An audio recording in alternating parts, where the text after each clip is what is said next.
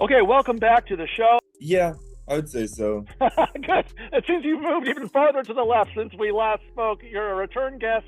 I think things have been better in general, for the broader movement in general, and obviously me as well. I'm thinking a lot about. To the podcast. Welcome back to Monks and Punks. And thank you for agreeing to return also to our. Okay, welcome back to the show. Aharon Dhadak, Israeli American hero of the left, recent guest on Democracy Now!, leader of the Columbia Jewish anti-Zionist or anti-insanity, anti-genocide movement. I don't know if anti-Zionist is correct. Is anti-Zionist correct, Aharon? Yeah, I would say so. Good. It seems you've moved even farther to the left since we last spoke. You're a return guest to the podcast. Welcome back to Monks and Punks. And thank you for agreeing to return also to our peace activist retreat this summer, Peaceful Lake, Powerful Mountain. I know we only have a few minutes, so how are you feeling today? How are things going for you? I think things have been better in general, for the broader movement in general, and obviously me as well. I'm thinking a lot about both my family and the family of people in Gaza and Iran, and really, yeah, Yeah, I know I'd it's say totally inappropriate for me to be so upbeat because it's we've gotten into even deeper trouble recently with in the past couple of days, in the past couple of weeks, Israel has attacked Iranian nuclear sites, and Iran responded. So there's been hundreds dead in Iran, and there are, I think, 25 dead in Tel Aviv. So, yeah. So, um, but I take hope in the fact that you said to me that you have deepened your understanding of Gandhian nonviolence. So tell me what you've learned since you were last on the podcast. I've been reading a lot of Gandhi over the past year, and a lot of how Gandhi understands what nonviolence is by inverting a paradigm we often see sort of in the caricature of nonviolence, especially by those who are opposed to it, but even by those who sometimes are supportive of it, that nonviolence is a tactic that one uses when you are too weak to deal with things through force and through violence, or a tactic that is used by those who are too squeamish to face the prospect or consequences of violence.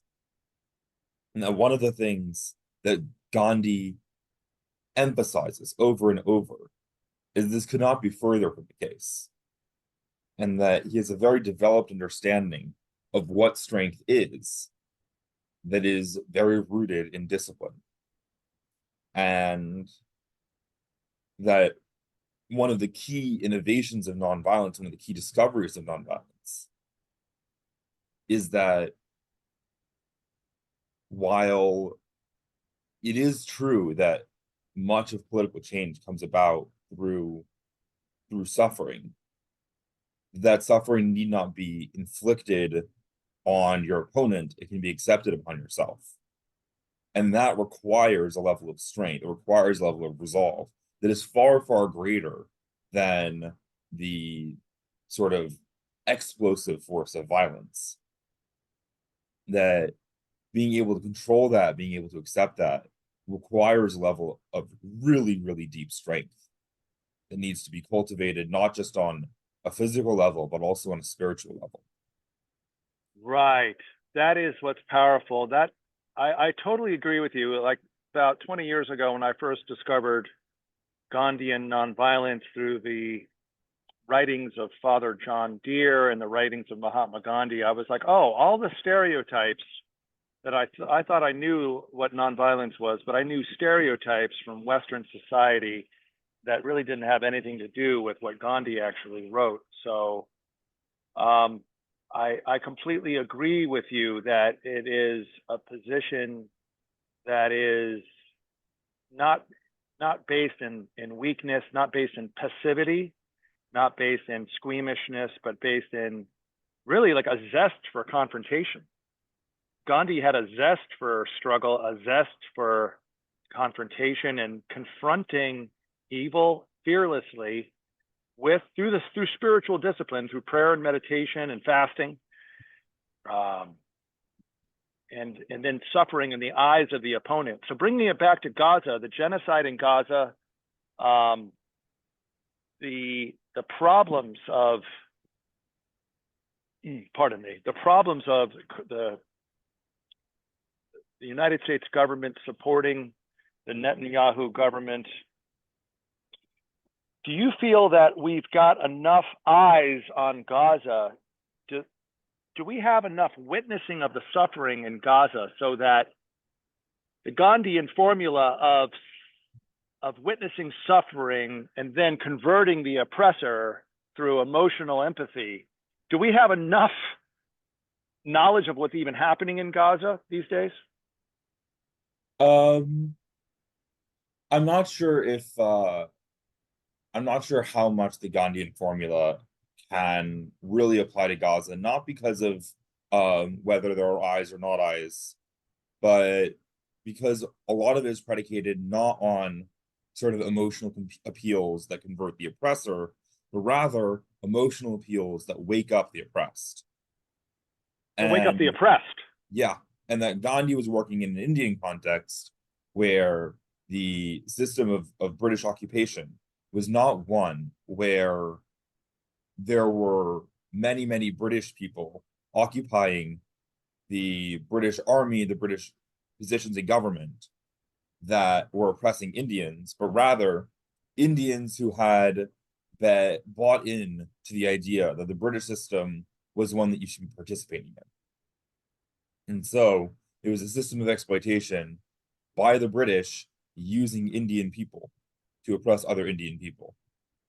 And that system is one that I think the Gandhian model is very powerful at opposing, because the goal is not for emotional pleas to third parties, emotional appeals to the oppressor to have a moral change of heart, but rather emotional appeals to your own people to say, isn't what everything that we're doing to each other, to ourselves, so horrible and so unnecessary? Right. Well, that brings me back to mention a book called Why Civil Resistance Works by two sociologists who say in like over hundreds of case studies of social struggles, when nonviolence is embraced as a tactic. Pardon me. I have a little dust in my throat. I'm sitting actually in a forest in Pennsylvania. But when nonviolence is embraced as a tactic, one of the actual physical effects is that it makes it so much easier for masses of people to join, because it's easier to join the movement. You don't have to worry that you're going to have to kill anybody or be a part of the military guerrilla fighting, and that you're going to have the moral high ground, and that creates a mass movement. I actually think DSA, Democratic Socialists of America, because there's been so much violence, there's been assassinations now of state officials, state elected officials in our world in the last couple of months. And there's been, shootings, mass shootings, and there's been just a higher pitch of violence. I wonder if a group like the DSA, I think it might be time to say it's time to embrace nonviolence, because it's tactically a way to grow a movement. If we have a movement for social justice, we have Zohran Mamdani about to possibly win the mayoralty of New York City. My old friend Zohran. It seems like we're in a brand new world in a lot of ways, and maybe it's time for the left to embrace nonviolence. What are your thoughts?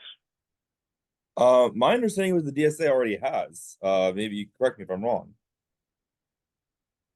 I would say no, it's not explicit. I've never seen it as part of a platform. However, by their actions, you could say the DSA has chosen to do something even more radical, which is run in Democratic Party primaries as socialists. And so that itself is kind of embracing democracy and electoral politics as opposed to being Maoist militants, doing military exercises in a forest in Pennsylvania, you know. So, but no, I don't think there is an explicit platform plank in the DSA's platform about nonviolence, and I think there could be. Oh, yeah, maybe. Yeah, yeah. I don't know. My feeling is, at least from what I've seen of what they do, it seems, if not something they would add, it's something that's explicit, something that would be implicit. Yeah. But Yeah. I know plenty of Marxists who kind of poo-poo nonviolence. There's different caucuses inside DSA, and there's some people are identifying as Marxist-Leninists, some people even as communists, which I think is slightly out of step with what DSA is really all about. Michael Harrington and democratic socialism has always been kind of opposed to Stalinism, but we don't have all the time in the world to parse that. Give us before you go. Tell us give us kind of an on-the-ground report on what you learned from being in the Columbia student movement in the last semester. I would say one of the big things that I learned was that, especially when times are scary, when things are hard, and often when things are confusing, those are times more than any other time where it becomes important to stand up and it becomes important to act. Because if you have the capacity to do so, you're doing so at a time where a lot of people feel like they don't. And if you can show that the way forward is not to give up, but to keep fighting, if you can show the way is to keep staying disciplined and to not give up on your values, that you can help other people remember the exact things that they want to be doing. And that the points that feel the most perilous are the points that are the most determinate of the future. Wow. The points that are most perilous are the most determinant of the future. Can you give us a specific example? Right after Mahmoud Khalil was detained by ICE, there was a very, very big sense on our campus of just not knowing what the Trump administration would do next. This was like right before they'd even pulled the funding. And there was a great, great uncertainty about whether the protest movement, any sort of form that was more dedicated to the values that Mahmoud Khalil believed in, of nonviolent action, of protest and pressure, were ones that would be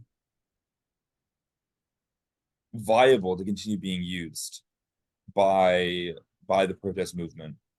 And voices that said either that we needed an increased radicalism that embraced violence, and voices that said that we needed to basically give up and go home, were louder than ever. Wow. Wow. And you're shot from both sides. and I and a bunch of other people were able to put together a protest on low steps at Columbia by alma mater. Which are For major buildings on the Columbia campus for those who are not New Yorkers, right? Yeah.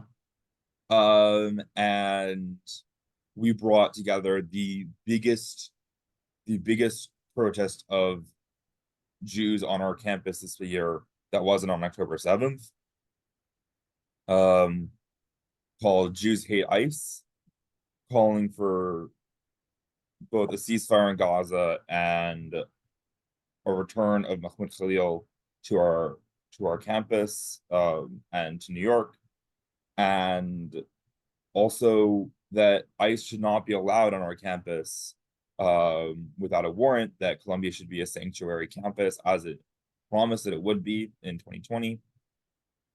And it succeeded. We got like tremendous amount of Jews to come out at a very perilous time. And the protest went on for hours. Obviously, Mahmoud is still being detained and he needs to come home. But the fact that we were able to do that was able to send a message about what it meant to be continuing this fight, and that such a thing was still possible, in the way that we were doing it.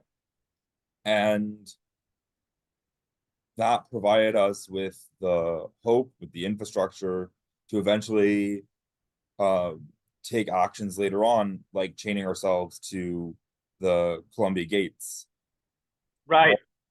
Which also got you a lot of media attention, which is great. And so you're returning to our retreat this year. Tell activists about the retreat and what it was like for you to go to the retreat last year and what you're looking forward to this year. Tell us more about what you're looking forward to this year at the retreat. Last year was incredible. Just again, thinking about how last year went, what I'm looking forward to coming this time is being in a space that really both allows and is conducive to leftist thought and creativity and growth, alongside and not just in parallel, but in tandem with a really healthy space for healing and processing grief, which I couldn't think that I would need it more than I needed it last year. But this year has been full of surprises. You know, this year, unlike last year, we actually have a professional grief counselor who's a Buddhist Quaker spiritual lady, Louisa Giuliano, and Giuliano. I'm working on pronouncing her last name correctly. I've in the bad habit of mispronouncing it.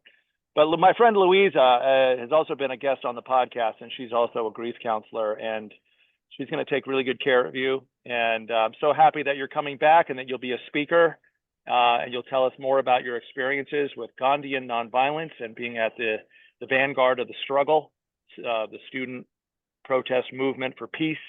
And thank you so much, Aharon, my friend, for coming back on Monks and Punks. Any closing thoughts or any closing words or anything we didn't cover?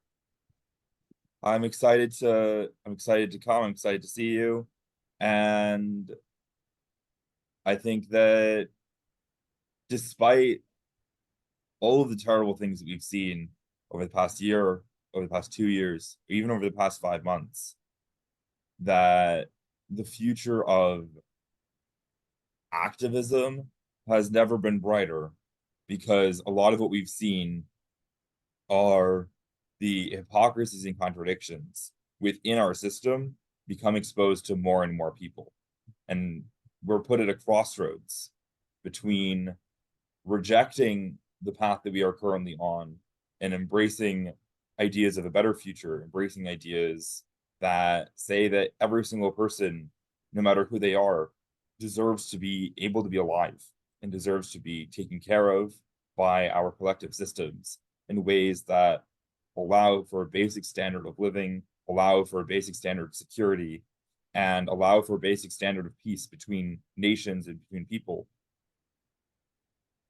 It sounds like you're talking about the ideals of equality and yes. a universal awake nature that is very much in keeping with the Zen monastery. So if people are wondering what we're talking about, it's at nonviolence.works. That's www.nonviolence.works.